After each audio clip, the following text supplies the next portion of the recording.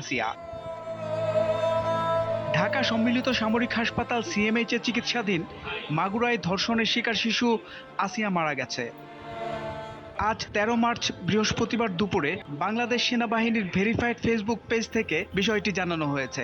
একই সঙ্গে বাংলাদেশ সেনাবাহিনীর পক্ষ থেকে শোক জানানো হয়। পোস্টে জানানো হয়, অত্যন্ত দুঃখ ভরাক্রান্ত হৃদয়ে জানানো যাচ্ছে যে মাগুরায় নির্যাতনের শিশুটি আজ ১৩ মার্চ ২০২৫ তারিখ দুপুর ১টায় সম্মিলিত সামরিক হাসপাতাল ঢাকায় শেষ নিঃশ্বাস ত্যাগ করেছে।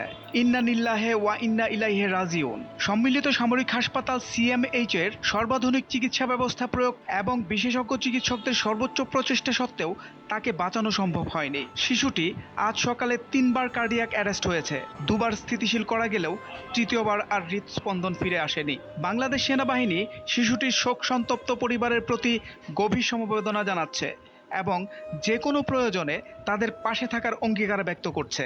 বাংলাদেশ সেনাবাহিনী শিশুটির বিদেহী আত্মার মাগফিরাত কামনা করেছে।